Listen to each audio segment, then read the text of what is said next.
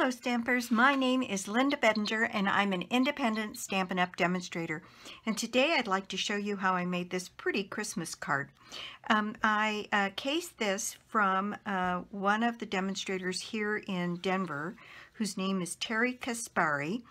And what we had was we had a challenge to create a swap that was casing something in the catalog and then kind of putting on our own spin on it. And Terry cased this card here,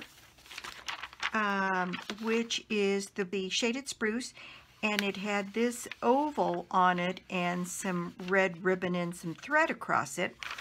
And this was her card, this one, which we made in a swap, and on the inside she had this. So this is my take, and you know me, I can't leave anything alone. So I added some vellum, changed up the ribbon, and I did the inside and put a little bit of the red on the inside and a couple of those jewels on the inside. And so I thought I would show you, because it is such a fast and easy card to do, and yet it is so striking. The colors, I'm loving this real red against the shaded spruce. Really, really lovely. So what we need to make this is we need a base of shaded spruce 8.5 by 5.5, scored and folded at 4 1/4. Then we need a layering panel 5 by 4 1/4 to go on the front. And then for the inside, we need a piece of real red 4 by 5 1/4, and then we need a piece of very vanilla cut by 3 3/4 by 5. Okay, then we need a piece of very vanilla that is cut 3 inches by 2 1/4. Then we need a piece of real red cut at 3 1/4. Yeah, 3 1/4. This was cut to 2 1/4, so this needs to be 2 1/2. And here's my 2 1/2 inch piece to layer onto there. Then I cut a piece of vellum 3 3/4 by 3, so that we would have that kind of sitting behind here. And then I used some of the 1/8 inch red ribbon, solid ribbon. And let's see, what else did I use? I used just the shaded spruce and the real red ink. And I set this one up on my Stamparatus. And so let's just get started. Where we're going to get started here is we're going to do some stamping on our 2 vanilla pieces. And I set it up so I'm only using one door, but I'm using both sides of it.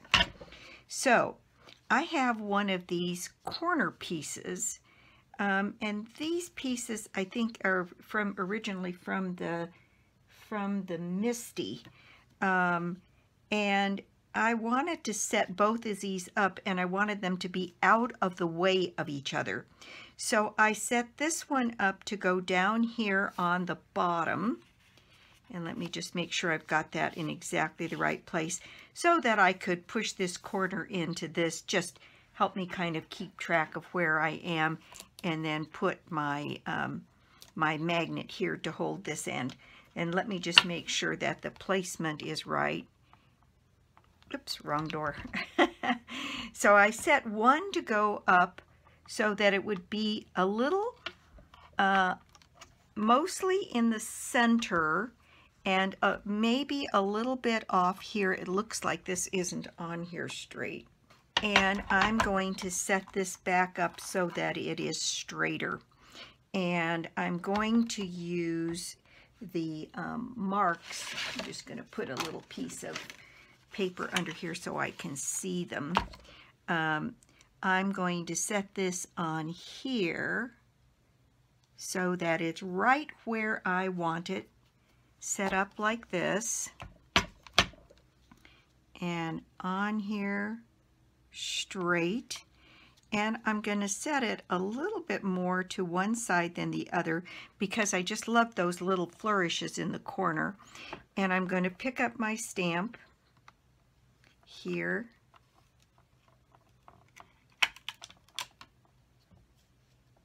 Okay, reset my paper.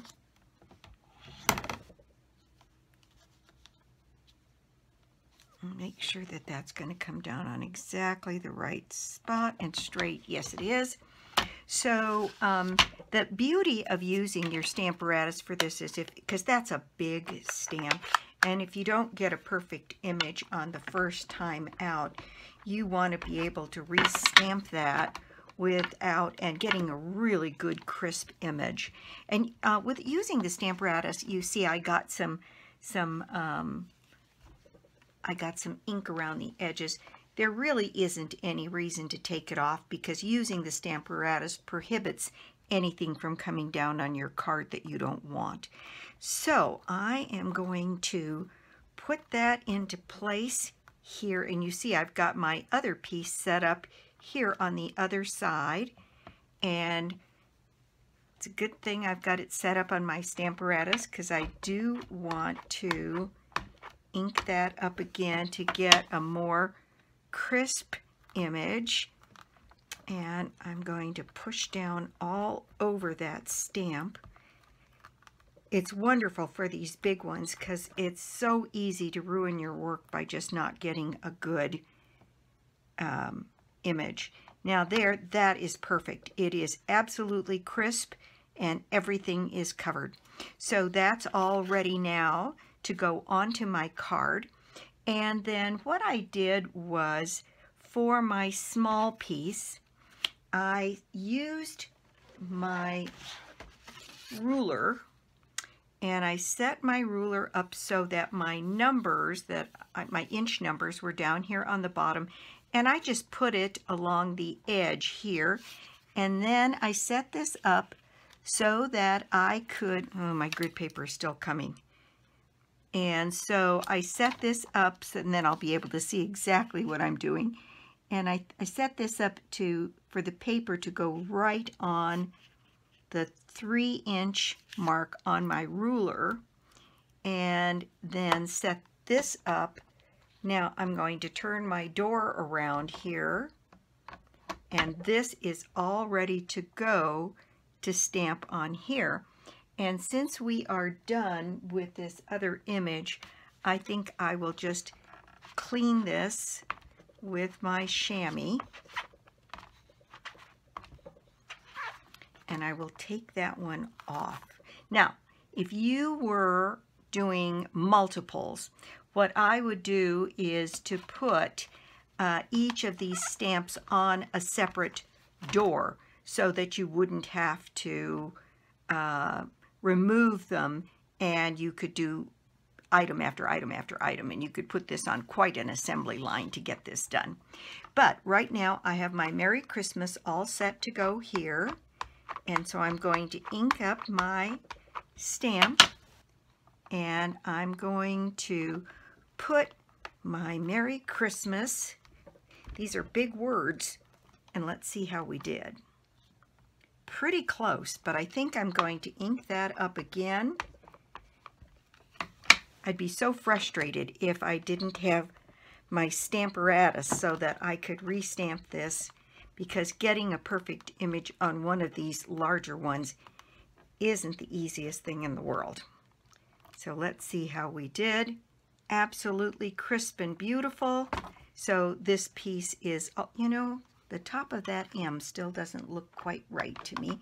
I'm going to get it one more time and put some extra elbow grease into that. All right, so now I think that is pretty perfect. I'm going to take this out and I'm going to set this aside. First I'm going to use This is something that I don't know if I've talked about. I went into a beauty salon supply store, and I got 2 bottles with the narrow tip on the top. When this bottle, if this bottle were to tip over, the water almost doesn't escape. And so if you knock it over and pick it up very quickly, you don't have any kind of spillage issues. For filling up, you're refilling your water pen, and or for dampening a dry baby wipe, I can use this without having to get up and leave my work and go to the sink. And I find it very, very handy. And I got 2 of them. And I got a larger one, which is where I keep water. And then I got one that's a little bit smaller. And I put alcohol in that one. And so I've got alcohol ready to go and water ready to go right on my desktop. And I've got to tell you that I think it saves me a tremendous amount of time. Okay, I'm going to move this out of the way now. And this, and I think that is all the stamping we're going to do with the red. And I don't know about you, but red seems to get all over me and my work. Let me put my desk back together here and bring out our elements that we stamped. And then what I'm going to do is continue to do just a tiny bit more stamping. And because this is photopolymer, I'm going to bring out my Pierce mat here. And in this stamp set, the stamp set I'm using is Merry Christmas to All. And I used the Merry Christmas. One I did a day or so ago, I used Happy Holidays, or wishing you a happy holiday. And so on this one, I used this larger one for the inside. I used Merry Christmas. And then these 2 little holly leaves here, one facing each direction, are in here, and they're so pretty. So I did mount both of them, one going each direction, and I'm going to use my shaded spruce ink here, and I am going to put a couple of these little flourishes, one on either side of my Merry Christmas. And so I'm putting one on this side and the opposite one on the opposite side here on my Merry Christmas. I got a little blob there, but I'm going to put some rhinestones on it, so I should be good. Then on the inside, what I did was I just picked one, and I put a flourish, well, actually put 2 of them here, and then I'm going to put some red rhinestones on that as well. So that is all of the stamping for this project. Now we are to the point that we're ready to put this together. So I have my pieces here, and the other thing that I used in making this is I did use this Swirls and Curls embossing folder, and to save a bit of time, I've already embossed my piece. Isn't that just gorgeous? It's just so rich and so luscious, these colors together. It's just amazing.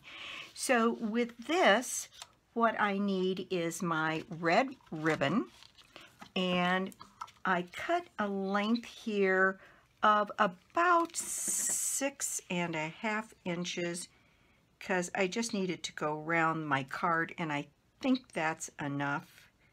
So a generous 6.5 inches, and I cut 3 lengths of it.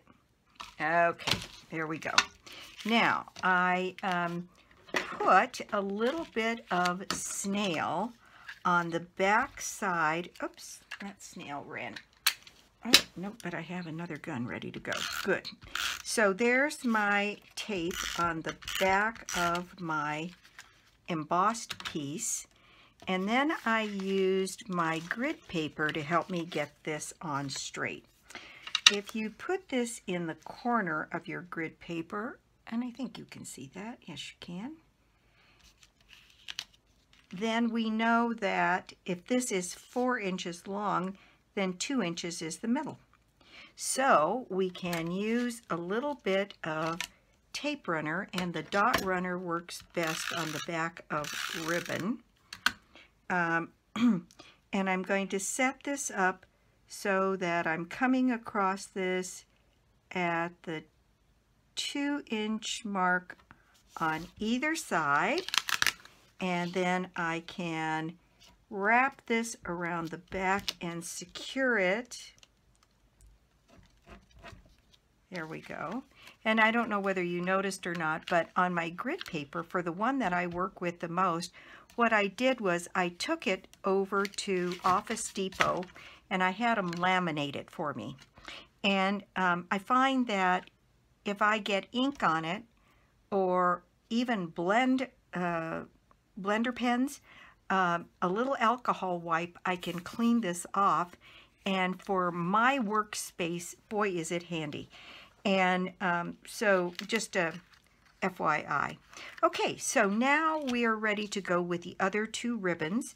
And what I'm going to do is put some tape runner again on the ribbon itself. And I'm going to set one ribbon, I don't know, maybe right at about 1/2 inch below, and then I'm going to set one at 1/2 inch above. And again, my grid paper can help me here set this upright. So I'm going to add some more snail on the back of my ribbon because I really want this to stay down with all of these uneven surfaces.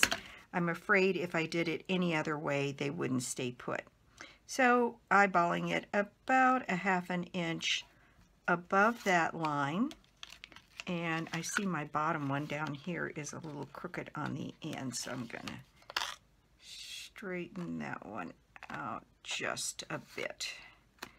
Okay, then securing these down behind here, this piece is now ready to go on my card front. So I'm going to add, in this case, this kind of snail, which is a full strip of tape, is best on the embossed pieces because it lays a good strip of glue down across the entire back here.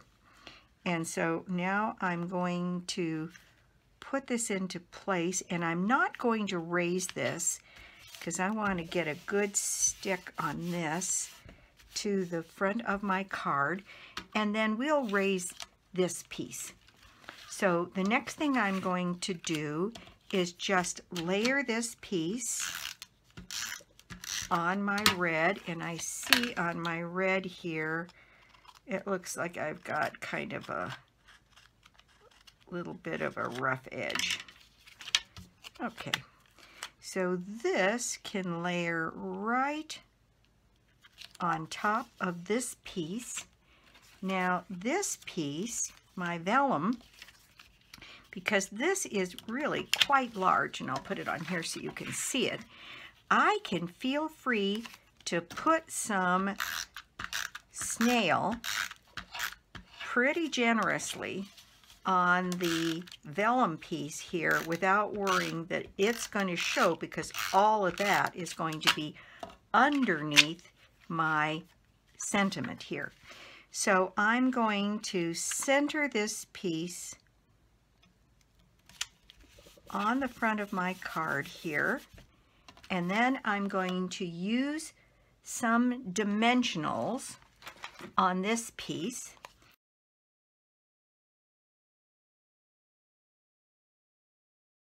There we go. And the next thing I'm going to do to finish off this card front is I'm going to put some of these pretty little rhinestones, 3 of them, at the top of my holly sprig, and that's going to take care of that little blob I have there that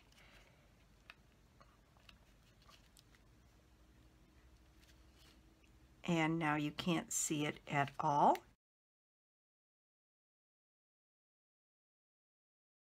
Using my Take Your Pick tool, which is just great. I put it out in my card class a week ago, and everybody went nuts over it. And so I think people are finding it very, very useful. Okay, so what we have left to do is the inside, and we've done everything except add the little rhinestones, so I'll just keep going on the rhinestones here.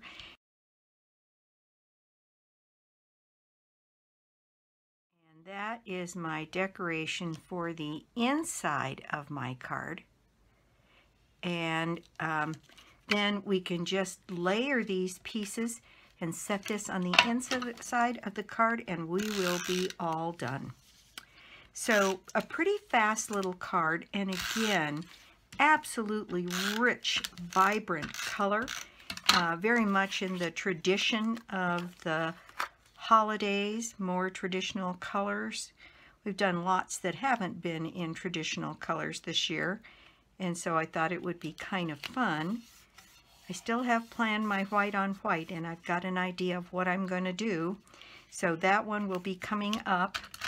By the time you see this video, I will be in Orlando. And so I'm trying to get ahead on a couple of videos so that there's videos being published while I'm gone. So this one will have, I think this is the last one, I'll have to look at the calendar, that has a giveaway for my 10,000 subscribers, and thank you so much. My subscribers have jumped by 300 since it hit the 10,000 last month, so I'm thrilled. Okay, so there we go. There is our card for the day, our project, and I think it's just lovely. Thank you, Terry, for the inspiration. And there we have our inside. I think it's just gorgeous. All of this can be purchased on my website, www.lbettinger.stampinup.net. And if you don't already have a Stampin' Up! Demonstrator, I'd love to be your demonstrator. And or you could join my team. Joining now, it's near the early part of November. You don't have to complete your first minimum of $300 sales or purchases until the end of March. So it is a good time to join. The next time there's going to be an incentive to join is after the first of the year. And after the first of the year, you'll have until June to complete your first minimum. So thanks again so much for stopping by my YouTube channel. I do so appreciate it. And that is the project for me to date. Let's see, the prizes. The prizes for this video, what shall we make the prize for this video? How about a sheet of these pretty red rhinestones, and maybe a package of the red rhinestones and a package of the regular rhinestones. That would be the prize for this video. So all you have to do is make a comment below. And then the monthly prize is the Country Home Suite, and it is the stamp set, the designer series paper, the galvanized paper, and the chicken wire element. And so that is a combination, and what it takes to be in the drawing for that is to put an order on my website. And that's pretty much it for me today. I'll be back soon with more cards and more projects. Bye!